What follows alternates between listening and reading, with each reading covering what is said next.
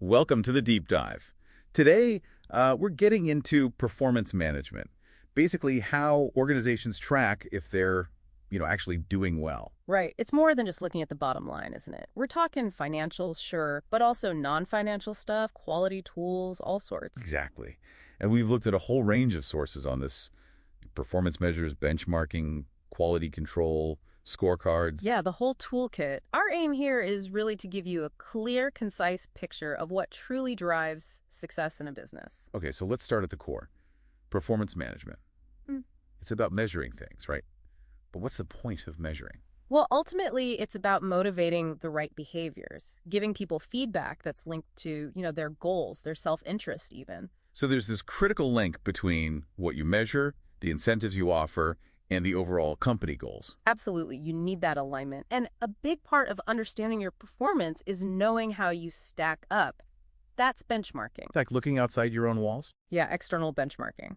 Comparing your processes, maybe your strategies, your performance numbers against the leaders in your field. And that involves things like productivity ratios. Mm-hmm. You've got total factor productivity, or TFP, that's like output versus all input costs. Gives you a broad efficiency view. Okay. And then partial productivity ratios, PPRs, which zoom in on one specific input, like how much output do you get per pound of material. Like that garden furnishings example. Right. Getting 0.05 sculptures per pound of plastic. That's a PPR for material. Precisely. But you don't always have to look outside. Internal benchmarking is also powerful. Finding the best practices within your own company. Exactly. Maybe one department is just nailing it. Figure out why. And quality control tools are super helpful here. Ah, like control charts. Yeah, those are great visuals. They plot performance over time, showing upper and lower limits of what's acceptable. So you can easily see if something's drifting out of whack or if there's a sudden spike, like that tire defect example. Right. Batch 8 hitting 11 defects when the limit was 15, but maybe the trend was worrying. Then there are Pareto diagrams. The 80-20 rule thing. Kind of, yeah. It helps you identify the most frequent problems.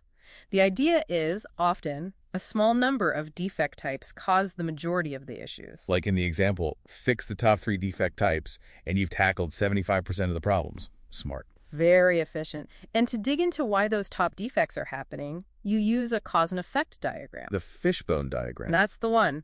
Helps you brainstorm potential root causes, machinery, methods, materials, people, like maybe incorrect settings on a machine. Got it. So these tools help with quality, but this ties into a bigger picture, right? Beyond just financials. Definitely. Non-financial measures give you crucial insights. Think about customer retention rate, CRR. How many customers stick around? Exactly. Cheaper to keep them than find new ones, usually. Simple formula. End customers, new customers, start customers. That 90% rate in the example, pretty healthy. Okay, makes sense. And employee turnover rate. ETR tracks how many people are leaving. High turnover is expensive recruitment. Training. The example showed 16%, which might warrant a look. And we also saw labor productivity rate output per hour worked. And ticket response time for customer service. Yeah, even shaving an hour off response time can make a big difference to customers. Now, what about when standard accounting, GAAP, doesn't quite tell the whole story? Non-GAAP measures. Right. Sometimes you adjust the standard numbers for a clearer view of core operations.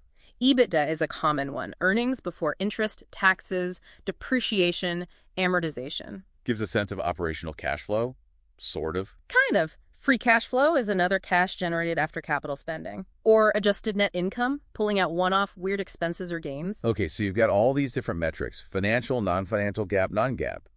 How do you pull it together? Scorecards are key. Financial scorecards often break things down by responsibility segments. Like cost centers, profit centers, investment centers. Exactly. Holding different parts of the business accountable for what they can actually control. Which leads to contribution reporting, focusing on controllable costs. Mm-hmm.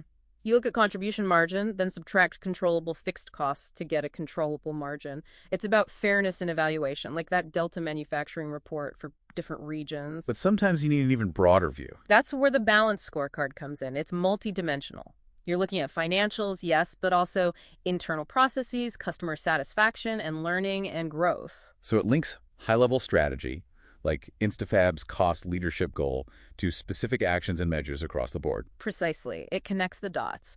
And all of this really ties into the idea of the cost of quality. Meaning it costs money not to focus on quality. Exactly. Quality is meeting or beating customer expectations.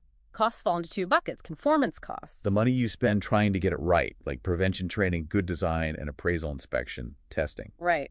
And then non-conformance costs. That's the cost of failure. Internal failures like scrap and rework, and external failures. Hmm. Warranty claims, returns, lost customers. Ouch. Big ouch.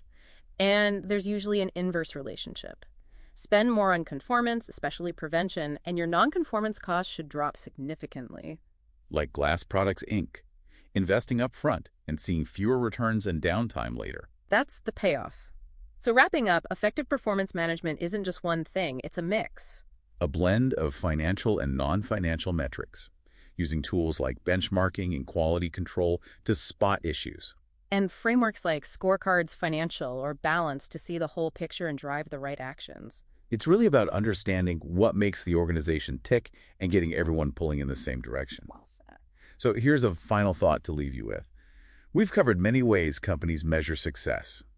But what metrics might be getting overlooked? What less obvious measure could actually unlock some really deep insights into a company's future health and potential beyond the standard reports?